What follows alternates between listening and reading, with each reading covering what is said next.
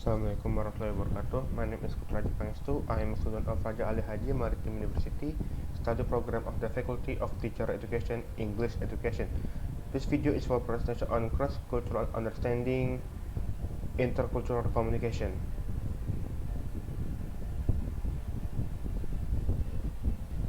What is communication? Communication has become important for us to be able to maintain social and community ties.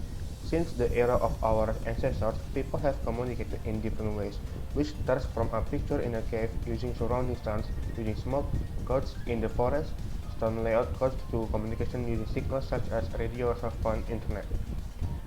Communication can be defined as an exchange meaning. It involves sending and receiving information between sender and receiver. This happens not only through use of words but also through non-verbal factors, such as gestures and facial expressions. Received message can be very different from the message sent. Barriers to intercultural communication. First one is ethnocentrism. Ethnocentrism occurs when we believe our way of doing things and seeing things is the right and only way. As a result, we negatively judge behavior that is inconsistent with our vision of the world, and it is considered other people's behavior as strange and inappropriate. Stereotyping. It's also common to rely on oversimplified cliches about people from different cultures. In fact, there are several cross-cultural trainings on the market that focus on memorizing cultural differences and can reinforce stereotypes. Learning about the differences can be useful as a starting point, but the individual is unique. You can never predict a person's behavior based on their nationality. The third one is psychological barriers. To manage a cross-cultural team successfully, it needs to handle it in its own style, but it won't be easy to go against natural preference. People can feel inauthentic and incompetent. And the fourth one is language barriers. All teams share the same language, but when some people are more fluent than others, it creates social distance between members.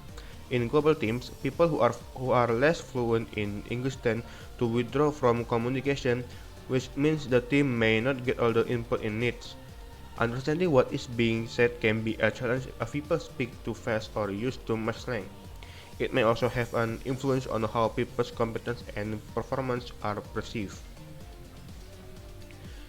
And fifth one is geographical distance. In global virtual teams, people don't get the chance to interact and build relationships with each other as in an environment.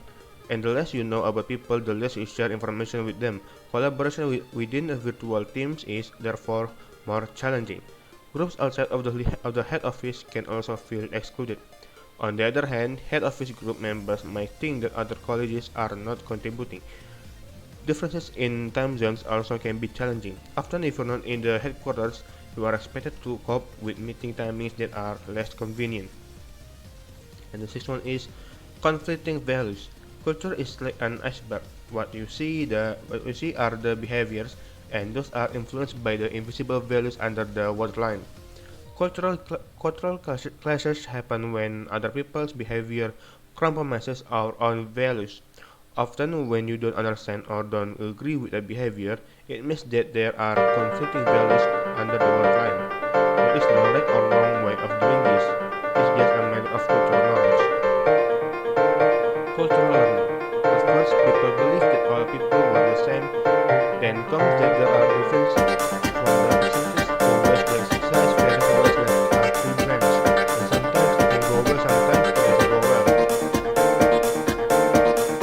Dealing with differences. Language is much more than only knowledge of words. Using our words to give more differences from the norm or different is larger by the difference in knowledge of norm. Values and the knowledge in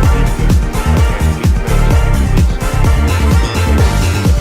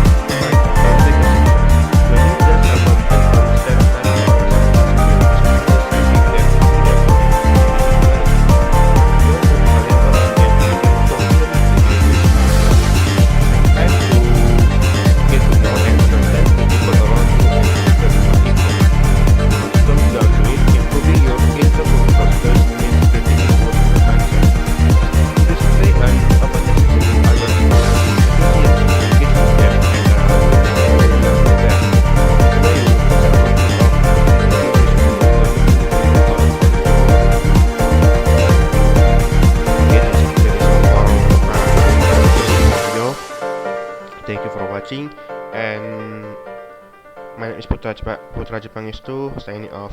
Assalamualaikum warahmatullahi wabarakatuh.